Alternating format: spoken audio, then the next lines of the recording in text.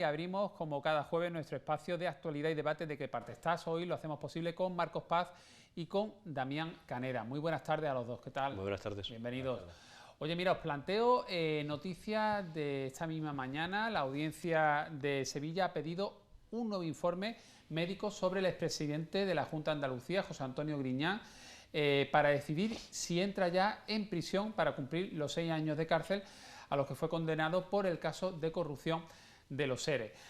Cabe recordar que el último excargo de la Junta condenado por los ERE, que quedó privado de libertad, fue el ex viceconsejero de Empleo, Agustín Barberá, que ingresó el pasado 7 de abril en la prisión del puerto de Santa María para cumplir la condena de 7 años que le impuso la justicia también por el caso de los ERE.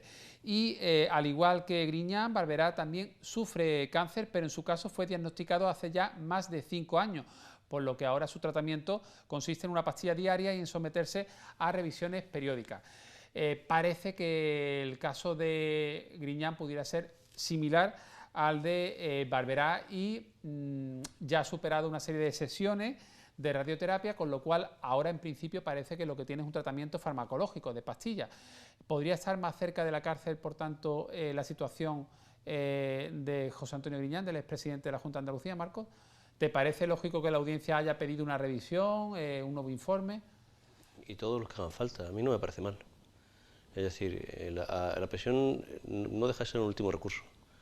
Y si José Antonio Griñán entra con las mismas condiciones en la prisión que otros ciudadanos con similares síntomas de enfermedad, o no entra con similares síntomas de enfermedad, si hay un trato igualitario ante él, me parece perfecto.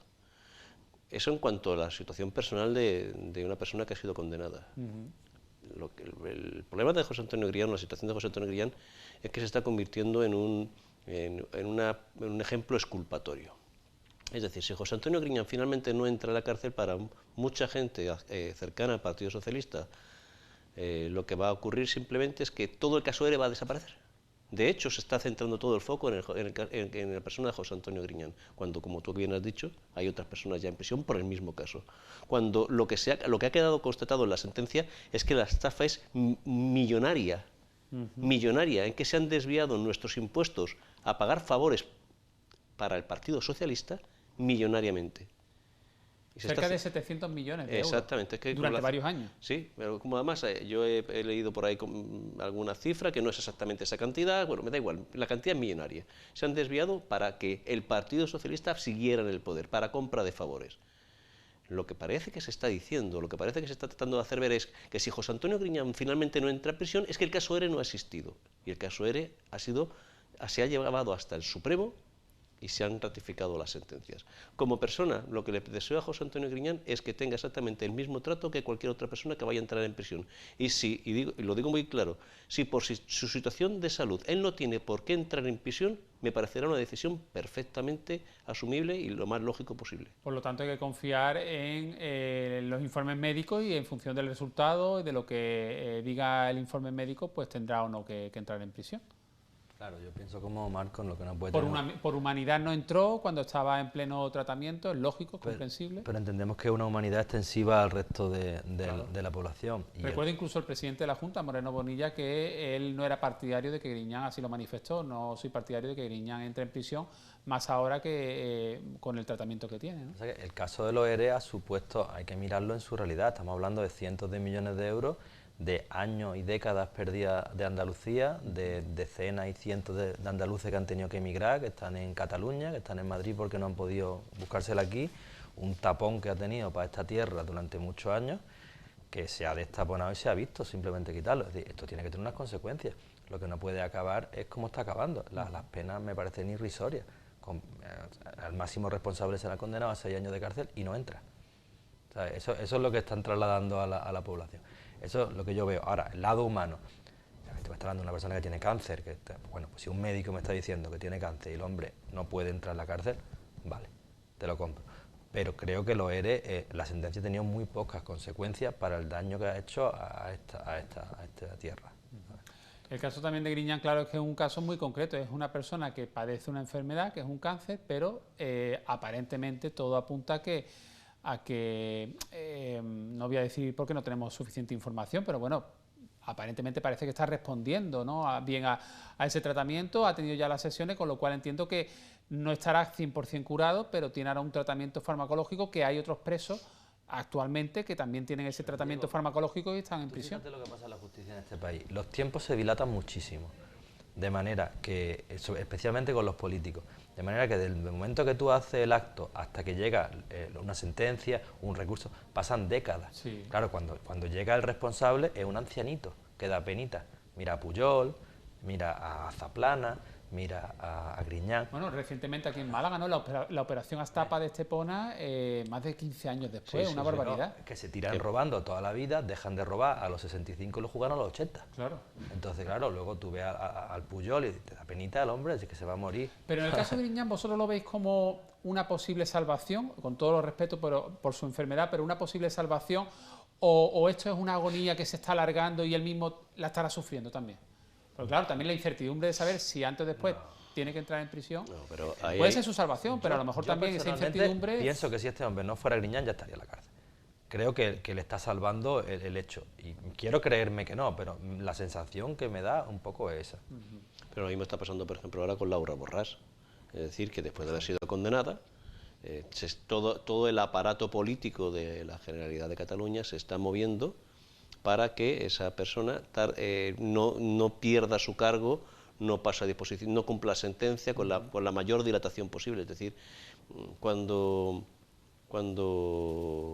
se hablaba de la casta, cuando se nos ha dicho por parte de Podemos y se ha acusado a la clase política española de que vive en una casta, tenían toda la razón.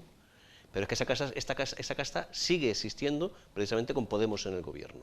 Y no se ha hecho absolutamente nada para que esa casta desaparezca con Podemos en el gobierno. Entre otras cosas porque la clase política fundamentalmente legisla para protegerse. En el caso de Griñán, y volviendo a lo que decía antes, yo sé, o tengo la sensación, más que saber, claro, tengo la sensación de que si esas sentencias hubieran sido de culpa, pero no de prisión, se hubiera transmitido a la sociedad la sensación de que no pasa absolutamente nada. Es decir, no necesariamente todos los delitos tienen que terminar con una pena de prisión. Esto ha ido al Supremo. Es decir, en el Supremo sabrán de qué estamos hablando. Pero sí, que es semi-exculpatoria desde el momento en que gran parte de los acusados no tienen que ir a prisión, y la sensación que se está transmitiendo es que si Griñán termina por no entrar en prisión, entonces, como he dicho antes, todo este caso parece que no ha pasado. Cuando hay una serie de condenados que están cumpliendo pena. A ver, la realidad judicial es que se han estafado casi 700 millones de euros. Oye, pero el tema de que no haya habido un enriquecimiento personal y que aquí Griñán se le pueda responsabilizar como máximo responsable de la Junta de Andalucía durante unos años en los que se malversó toda esa cantidad bárbara de millones de euros. Evidentemente una condena y si estuviera sano debería de cumplirla. Pero yo os planteo, el tema de que no haya habido un enriquecimiento personal, en el caso de José Antonio Griñán, ¿puede que le haya beneficiado y que por eso también se esté alargando esa decisión de que ingrese en prisión, a pesar de que haya una condena? No sé. Yo creo que eso es una excusa. Es decir, si yo tengo un puesto y te enriquezco a ti, y tú tienes un puesto y me enriqueces a mí, ninguno nos hemos enriquecido con nuestro puesto, técnicamente. Pero tú has robado igual. O sea, al ciudadano que tú malverses 700 millones de euros para dárselo a tus amigos, para crear una red clientelar, para tú mantenerte en el poder, es igual de robar que si tú te quedas con los 700 millones. El boquete está hecho. O sea, desde el PSOE se está diciendo, no, es que no se lo quedó él, es que no se lo quedó él, es que no se lo quedó él. Tenemos a mujeres de consejeros en puestos, tenemos a familiares metidos en ERE, tenemos a toda la red clientelar del PSOE metida en esto.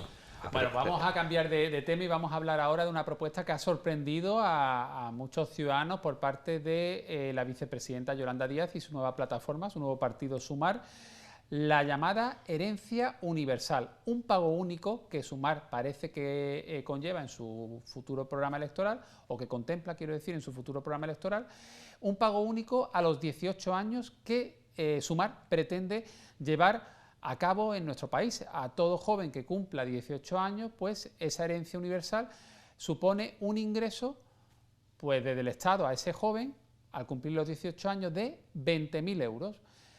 En principio, todo apunta a que sería 20.000 euros para vivienda, alquiler, compra o para estudios.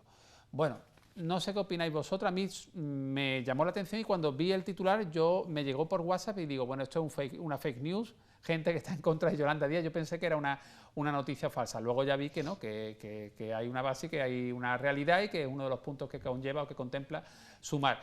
Pero, por ejemplo, para los estudios ya hay una serie de becas, ¿no? Entonces, ¿cómo justifica esos 20.000 euros? Y luego, para el acceso a la vivienda, 20.000 euros con 18 años, no sé yo, hay algo, ¿y de dónde sale ese dinero? ¿De dónde lo van a sacar? Hay muchas preguntas que están por responder y no deja de ser para mí una idea completamente gratuita y absurda. Es decir, lo primero que está haciendo es comprar voluntades a base de dinero. En segundo lugar, el término es herencia universal, lo que significa, para empezar, que la persona que tiene ingresos, o que un joven de 18 años que venga de una familia con ingresos suficientes va a cobrar 20.000 euros exactamente igual que una que no tiene ingresos. Es decir, el tipo de ayuda que se está dando por parte de este gobierno en los últimos 5 años no discrimina por ingresos. Entonces nos encontramos casos como lo que ha pasado en la Comunidad de Madrid, de gente que está haciendo ayudas para el consumo de energía, que podrá gustar más o podrá gustar menos, pero resulta que tenían legalmente derecho a esas ayudas. En este caso estamos hablando de algo parecido, es decir, la persona que tiene ingresos va a recibir 20.000 euros, la persona que no tiene ingresos va también a recibir esos 20.000 euros. En segundo lugar, ¿y por qué no 30? En tercer lugar, ¿y por qué a los 18 y no a los 21, a los 22, a los 23? Es decir, si estamos hablando de una ayuda para acceso a la vivienda, que con todo mi respeto, hasta los 18 años, muy poca gente se independiza, no voy a decir nadie, pero sería una exageración por mi parte, pero la edad de emancipación en España está de media sobre los 30 años, porque no hay posibilidad económica. Con 20.000 euros no se hace absolutamente nada en el mercado de la vivienda. Y por último, lo que se le está diciendo a esa persona es, toma 20.000 euros sin hacer nada.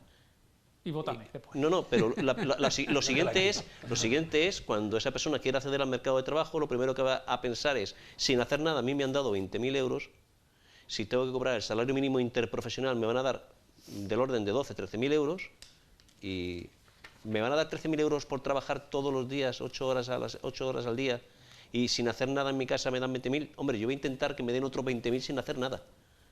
Porque lo que fomenta esa presunta ayuda, que yo no sé si finalmente se dará o se dará, es que para vivir no hace falta trabajar, que los impuestos los generan otros y que esos otros además lo hacen de una manera poco menos que delictiva, porque hay que quitárselo. Es decir, estos impuestos al final, ¿de dónde van a salir? Nos van a contar siempre la misma historia. De las grandes fortunas, del no sé qué, del no sé cuántos. A ver, las grandes fortunas en España siguen pagando sensiblemente lo mismo que hace 5 años, con Podemos en el gobierno. La equiparación fiscal en España no ha cambiado sustancialmente. De hecho, somos uno de los pocos países de Europa que ha subido la presión fiscal a todos los ciudadanos en estos 5 años. Damián, herencia universal, entiendo por tu cara y tu semblante que te parece un disparate, ¿no? Es una chorrada. Pero hay cosas que más efectivas puestos a hacer eso. Es decir, tú puedes coger, por ejemplo, si quieres solucionar el problema de la vivienda, puedes hacer vivienda. Es decir, tú podrías comprar tierras públicas en los extrarradios de las ciudades, imagínate Casa Bermeja, Colmenar, sí. Con 20.000 podrías coger y prácticamente hacerle media casa. Sí. Y que una persona con 18 no, pero con 20, 25 sí. años, mira, el Estado le va a fabricar media casa en este valor y el resto lo va a seguir pagando usted. Eso puede valer 30, 40, 50.000 euros hacerlo. Sería algo más práctico, más real, ¿no? Y más, eso incrementaría. Esta es una medida inflacionista. Esto lo que haría sería automáticamente subir el precio de todo, lo que una persona con 18 años quisiera comprar. Lo otro que te haría aumentar el parque inmobiliario y automáticamente bajaría todo. Eso es una medida realista, intervencionista, sí, pero que soluciona el problema. Marcos. Vamos a ver. En España se está tendiendo precisamente a la idea de que sin hacer nada se puede tener un ingreso. Y una cosa es que haya personas que necesiten, por sus circunstancias, en las que no voy a entrar a valorar, esa ayuda, y otra cosa es que se den ayudas ya cada vez con menos necesidades. Y voy a poner un ejemplo para que quien nos está escuchando me entienda. Hay profesores en la universidad pública que cobran del orden, voy a poner una cifra simplemente orientativa, 500 euros al mes. Y van a trabajar del orden de entre 12 y 8 horas, 12 horas a la semana.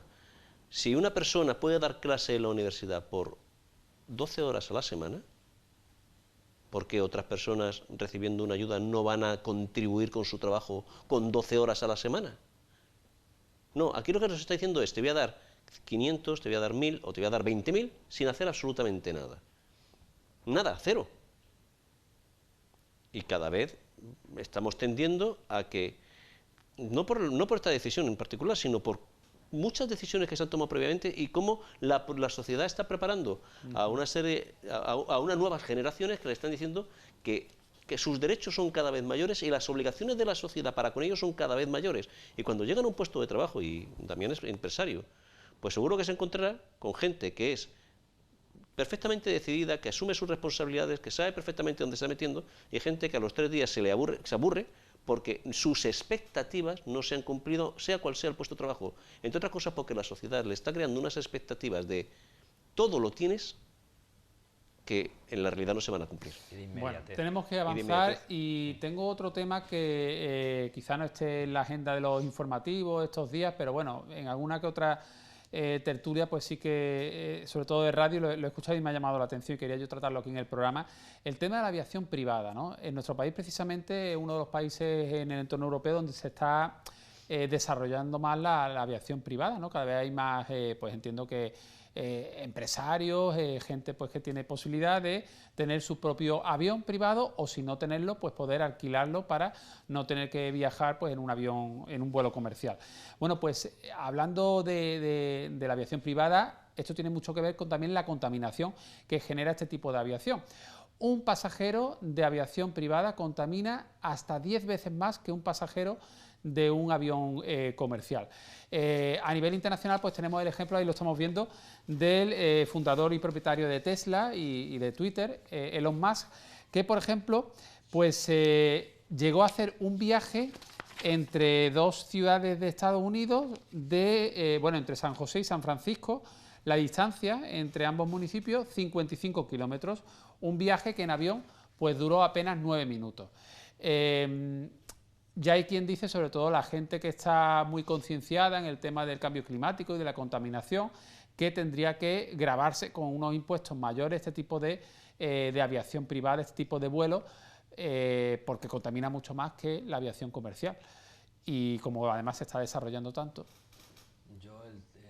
Yo veo que el camino es eso, de eliminarlo, o sea, es llevar a la erradicación. Esas excentricidades como la que me acabas de contar, o como la del uso excesivo de un Falcon por un presidente del gobierno, me parece que va contra los principios básicos. O sea, que tú puedas pagar contaminar no te da derecho a contaminar. Claro. Yo creo que debería tenderse a eliminar ese tipo de actitudes, como se han eliminado otras actitudes contaminantes de fábricas, de esto. Bueno, pues esta es una de ellas. No es sostenible y aparte que es un mal ejemplo para el resto de la ciudadanía. O sea, el objetivo no es ganar dinero para poder destruir el planeta. Claro. ¿Sabes? Eso, como están poniendo, o sea, tu objetivo es tener un jet privado. No, mira, tu objetivo es tener una responsabilidad y creo que eso es para todos es completamente prescindible, ¿sabes? Para todos. Yo creo que es difícil. Creo que es muy difícil llegar a la erradicación y desde luego quien tiene dinero para ese tipo de aviación le importan muy poco los impuestos, porque al final le va a salir un poco más caro, pero es que personas lo va a pagar. A ver, hay muy pocos vehículos con cilindradas grandes y los vehículos con cilindradas grandes consumen una auténtica barbaridad. Esos vehículos cuestan muchísimo más caro que otros vehículos. Ya se paga además por muchos aspectos por tener ese vehículo. Quien tiene dinero para hacerlo lo va a seguir haciendo. Quien tiene dinero para contaminar va a seguir contaminando y hay muchas formas de aviación privada. Esa es otra. Ahí se ha puesto el ejemplo de un reactor, pero hay aviones muchísimo más ligeros, muchísimo menos contaminantes, con motores muchísimo más pequeños, cuyos consumos son radicalmente más pequeños. Hace ya un tiempo, un piloto en un vuelo quiero recordar que de Buenos Aires a Madrid, explicó que el consumo por pasajero venía a ser del orden de 5 kilos de combustible. A ver, 5 kilos de combustible por cada 100 kilómetros. Eso es lo que consume un coche. Eso es lo que consume un coche. Es decir, sí es cierto que la aviación comercial consume bastante, pero es lógico que consuma más cuando lo que se corta son los tiempos. Claro. Otra cosa sería estudiar en qué escala sería razonable que haya vuelos. Pero, desde luego, pero antes de saber si tenemos que quitar una serie de vuelos porque, por ejemplo, medioambientalmente son poco aceptables, hay que estudiar alternativas. Díganle a los ciudadanos extremeños que no tienen ni tren, que además no van a tener, que no tienen, por cierto, vuelos. Hoy por hoy, y además de no tener vuelos, al precio que están las alternativas. Hoy por hoy, por mucho que hayan puesto trenes baratos, el hecho de que hayan implantado la idea del AVE, del tren de alta velocidad, ha eliminado la posibilidad de trenes económicos para la población que le hace falta. Hoy por hoy la opción es AVE, con dos, si no recuerdo mal, trenes diarios de Málaga a Madrid, ida y vuelta, con un precio más o menos económico. Se han eliminado los trenes nocturnos, se han eliminado trenes más lentos. Nos han obligado a todos a ir necesariamente en un medio de transporte poco menos que de lujo.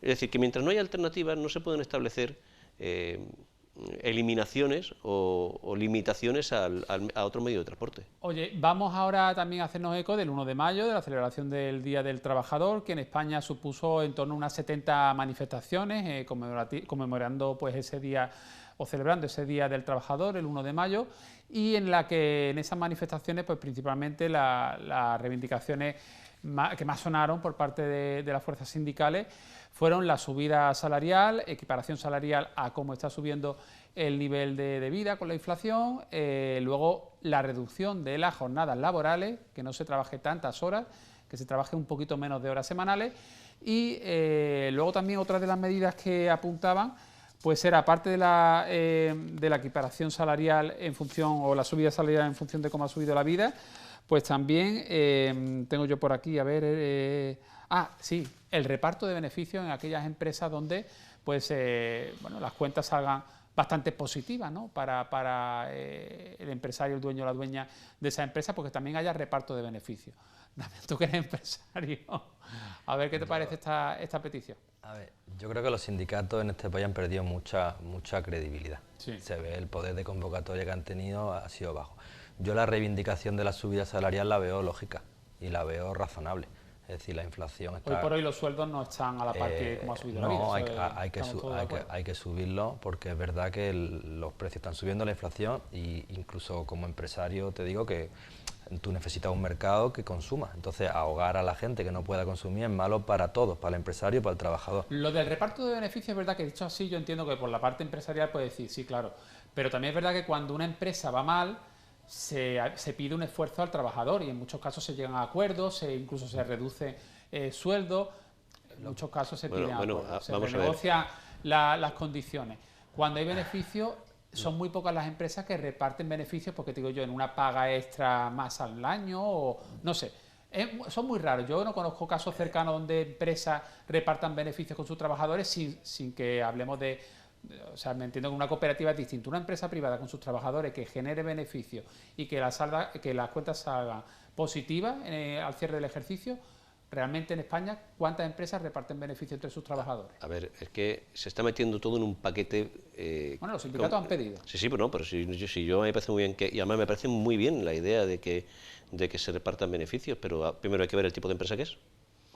Hay que ver primero quién ha puesto el capital para esa empresa y quién lo sigue poniendo. No lo mismo una empresa de un conjunto reducido de personas o de una única persona que, por ejemplo, ha aguantado la crisis sin que sus trabajadores hayan notado las consecuencias porque se ha endeudado, porque se ha pedido préstamos y que ha ido levantando cabeza y que ahora tiene beneficios y le dicen, no, tú en pérdidas has mantenido la empresa y has continuado con la actividad y ahora en beneficios, olvídate de los beneficios y ahora repártelos. Es decir, no es tan sencillo. Eso en caso de pequeñas empresas, que es la mayor parte de las empresas que tenemos en España. Pero imagínate una gran corporación cuyos accionistas lo que tienen es puesto su dinero ahí para que les dé un beneficio. Que por supuesto, muchos de esos accionistas dirían, perfecto, siempre y cuando la empresa sea sostenible, reparto, pero... Marcos, no es tan fácil. Nos queda un minuto y yo voy a pedir una reflexión sobre el último tema que os quería proponer esta tarde, la presentación oficial de la candidatura de Noelia Losada como pues candidata a la alcaldía de Málaga en las próximas elecciones municipales. Presentó su lista, además coincidiendo con el 1 de mayo, en el entorno del Parador de Gibralfaro. Y, entre otras ideas, pues la candidata Noelia Losada, la candidata a la alcaldía de Málaga por Ciudadanos, pues dijo que van a seguir siendo árbitros, que van a seguir condicionando el gobierno de la ciudad durante los próximos 4 años y que van a representar un carril propio frente al de los Todo Torres. en referencia al equipo de gobierno o a la candidatura de Francisco de la Torre. Dice que Ciudadanos va a huir de los diagnósticos agoreros de Podemos y de Unidas Podemos, pero que también van a huir del triunfalismo del Partido Popular. Valoración súper rápida, Damián. Y que se niega, y que la torre del puerto, que si Ciudadanos está en el gobierno local, no se va a construir. Ahora no. O sea, si está en el gobierno local, en esta legislatura no se va a construir. Estando en el gobierno local, dijo que sí. Pero bueno, valoración rápida. Noelia me parece una buena persona que no va a sacar el acta de concejal. Decidir ahora ir por una vía propia cuando es un partido que fundamentalmente se ha dedicado a ir en vías paralelas o compartiendo vías con Partido Socialista y normalmente con Partido Popular, pues no deja de ser una contradicción con lo que habitualmente han hecho. Nos marchamos ya, gracias Damián, gracias Marcos, buen fin de semana.